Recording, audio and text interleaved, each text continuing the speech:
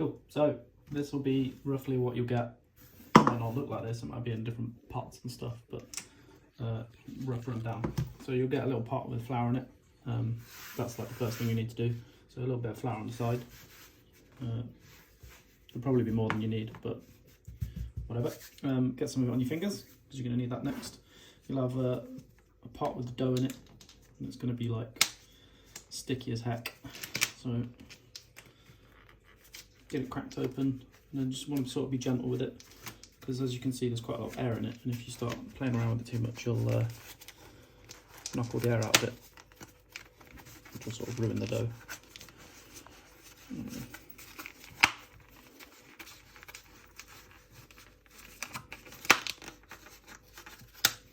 There we go, so very sticky. A bit more flour on, and just sort of use your fingers to kind of get it out.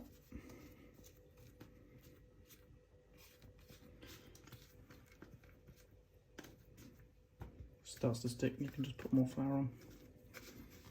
And then basically you're looking to just sort of work it out and let gravity do most of the work for you onto the flour.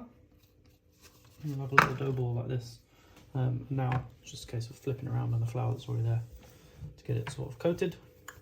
And then once it's sort of looking like that, you can get rid of the extra flour, because you don't need too much. If you have too much on it, then it will just sort of burn when you start to cook it, and it will a weird brown pizza. So yeah, sort of flatten it out like that, and then now we're looking to press down to form the rough shape and the kind of the crust. Don't stretch it, just press with these parts of your fingers.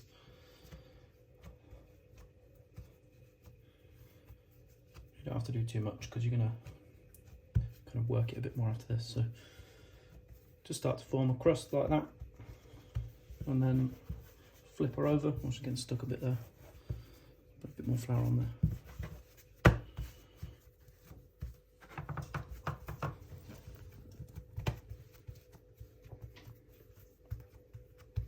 There we are, that's about it. You don't need to do much more than that. Not looking to make it massive now.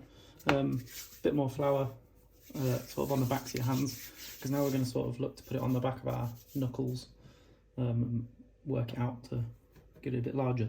The other thing I need to do right now, that I forgot, is we need to turn the pan on. So just dry pan, nothing in the pan, don't need oil or anything. Get it going, sort of medium-high heat, and the grill, our grill's already on. And then you want to sort of have the grill as close to the element as you can, so it gives you like maximum heat. Cool, that's that. You just sort of leave that to warm up, because it wants to be red hot by the time you put the pizza in. So back to floury hands on the back, and picking it up, and then just sort of looking to start stretching. Try to use your knuckles and not your fingers, because if you use your fingers you'll just rip through the dough. And then you can kind of just use, ooh, I dropped it, let gravity do most of the work, because like the weight of the dough will sort of pull itself, and just let it stretch out. If you work around the edge, it'll stop you stretching a hole in the middle, because we tried to make a video earlier and I just stretched a big hole in the middle of it.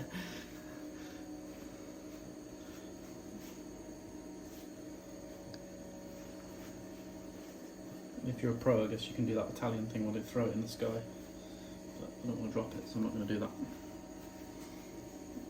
There we go, something like that, maybe a little bit more. It's not going to be like a massive Domino's style pizza, so don't go for epic size or you'll end up with a mega thin thing. It does want to be quite thin though. And now it's just a case of transferring it straight into the hot pan. So something like that. Ooh, that's a big bubble. And then you just look to kind of feed the edge of the crust around to sort of size, and then it'll stop trying to shrink once it warms up a little bit. And now this is ready to go. So this will start to warm up, and what we're looking for is we'll check the bottom of it in a sec to we'll see how it's cooking. So it'll probably take like a minute and a half, 2 minutes, something like that. And basically, I'll show you in a minute, but we're just going to sort of lift it to check to see what the bottom looks like. The bottom should look like sort of nice and beginning to brown off. So you can see that the dough's starting to rise now on the edge. It's starting to get a bit of a puffier crust. All right. And then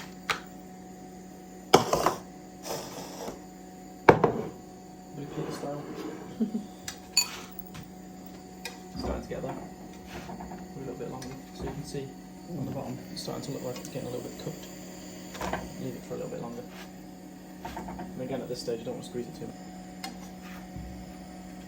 So the bottom should look something like that. That's bloody hot. Something like that. And that's the bottom sort of getting nice and crispy. Take it off the heat, and then a bit of sauce. This will be sort of meted out in the pot anyway, so but ours is just in a bowl. Throw the sauce on. Good. Wait it a little bit, but it didn't go all the way through, so we're good. Depends how much sauce you like. Jodie doesn't like much. I like a lot. And this one's for me. So. And then next, obviously, the cheese. Just a bit of mozzarella. You don't want to put too much on, otherwise it just ends up being sort of like a grilled cheese kind of takeaway pizza, and that's not really the aesthetic we're after. So just a little bit. It's a ham and mushroom pizza, I've just been told. So yeah, just a couple of toppings, and then the ham as well as the mushrooms to make it a ham and mushroom pizza. I can feel the grill blazing up at me. Oh, a little pot.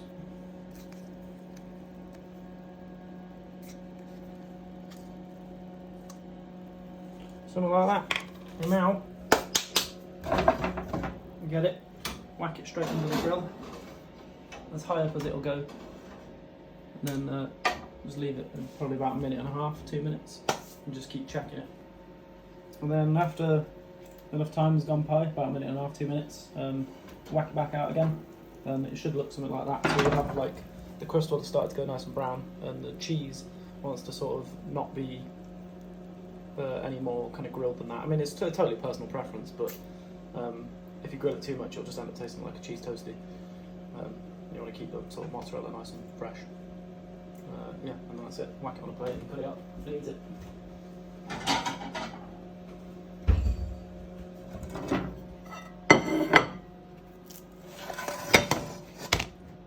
One of those. Simple as that. Just so like this is. And this one's just what a cheese and tomato one margarita will look like. Obviously, you can put basil on it as well, which makes it even better.